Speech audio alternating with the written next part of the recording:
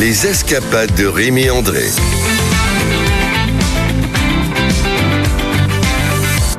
Bonjour Rémi André. Bonjour John. Allez, c'est reparti pour la dernière de nos escapades dans les terroirs, cette chronique que vous nous proposez depuis le début du mois de juillet et qui nous emmène au cœur de nos territoires, à la rencontre de celles et ceux qui les façonnent. Je pense qu'on va terminer en beauté, mon cher Rémi, pour cette dernière étape de l'année dans nos terroirs. Et oui, et quelle étape pour refermer cette saison. Je suis allé à la rencontre de Jean-Luc Matta, l'un des artisans de la renaissance de l'appellation Marciac et sacré conteur devant l'Éternel. Avec lui, on comprend d'où vient l'identité de ces vins, de ce rougier, ce sol rouge coloré par l'oxyde de fer, et de ce cépage unique à Marciac, le Mansois, autrefois capricieux et aujourd'hui superbement mûri par le changement climatique. Jean-Luc Matta n'aime pas les vins passe-partout, ni les vins trop boisés ou trop capiteux. Lui préfère apprivoiser la nature personnelle et authentique de ces vins, des vins de soif, des vins de fête, pour en révéler toute l'originalité et toute la distinction. Jean-Luc Matta, est-ce que ce sol rouge qui nous entoure, le rougier, est l'âme du vin de Marciac? Le rougier, ce sont des sols, les premiers sols en fait. La couleur rouge, c'est l'oxyde de fer qui va donner cette couleur. Et ce sont des rouges particuliers, des sols, si vous voulez, des terroirs qui vont donner des goûts différents. On a vraiment une identité de vin grâce à ce terroir. On dit que le terroir ne compte pas. Non, c'est pas vrai. Le terroir a une grande importance dans le goût de nos vins et dans la qualité de nos vins.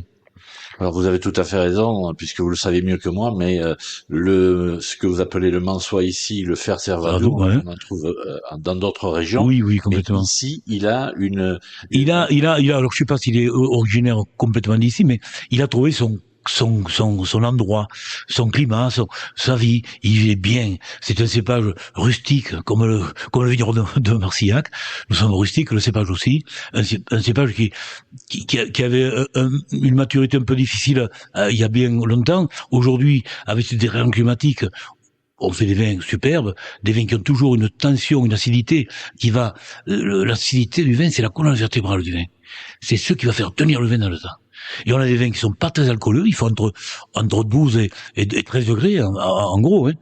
Par rapport à nos voisins, souvent c'est quand même peu, mais c'est bon, parce que les vins s'expriment avec toute leur qualité, c'est magnifique. Et je trouve, ce sont souvent des vins de soif, des vins qu'on peut boire quand on a un peu soif. Ce vin de Marciac, vous me le conseilleriez avec quel type de mets? C'est un vin qui va s'adapter un petit peu sur tous les mets. J'ai parlé tout à l'heure de cette tension. Cette tension, c'est le peu d'acidité qu'il a, ça équilibre le vin. Je suis en culture bio, et je vais plutôt vers biodynamie, c'est-à-dire, on va essayer de retrouver des vins naturels. Ne me parlez pas de vins nature, je dis des vins naturels. Des vins qui se font naturellement, avec le vigneron, bien sûr. Le vigneron doit être là en permanence pour surveiller ses raisins. Vous savez, on dit, le vin vient de la vigne. Nous ne sommes pas des magiciens. Donc, quand on a du beau raisin, on aura de bons vins. C'est évident. Ce sont des vins qui vont aller avec beaucoup de choses. Et suivant les années, en fait, en ce qui me concerne, l'effet millésime est très marqué. Chez nous, à Marciac, pour une raison unique, c'est que nous avons un cépage unique. Et cépage unique, le temps n'est pas le même, le travail est le même, le terroir est le même, le vigneron est le même, mais chaque année a une petite différence qui va faire ses qualités différentes. On aimera plutôt les 2024 que les 2022, mais c'est notre vin. Nous avons des cuvées un peu particulières, comme à la cave coopérative. Ils ont des cuvées un peu plus haut de gamme, des cuvées qui ont été élevées dans le bois. Moi, je suis contre le bois, en ce qui me concerne, parce que le bois doit avoir des vins solides, capiteux, des vins qui tiennent le coup. Moi, mes vins, si vous voulez, ce sont des vins plus vers la soif, plus des vins de fête, des vins vous voyez ce que je veux dire? Mais ça va accompagner n'importe quel plat. Et quand on sait, si vous voulez marier le plat et le vin, comme font les grands restaurants aujourd'hui, mais c'est merveilleux. Alors quand je vous écoute, je me dis que principalement j'aimerais prendre votre vin à l'apéritif avec du fromage, un peu de charcuterie, on doit se régaler. Mais quand on goûte du vin, on ne mange rien. Voilà. Parce que la saucisse, le saucisson, le fromage va flatter le vin. Le vin va flatter. Et comme je dis à mes clients, je mets toujours un peu de fromage. C'est pas que je pas en convivial, c'est plus convivial. Et les gens, ils disent qu'il est bon ce l'aïeul. Je dis oui.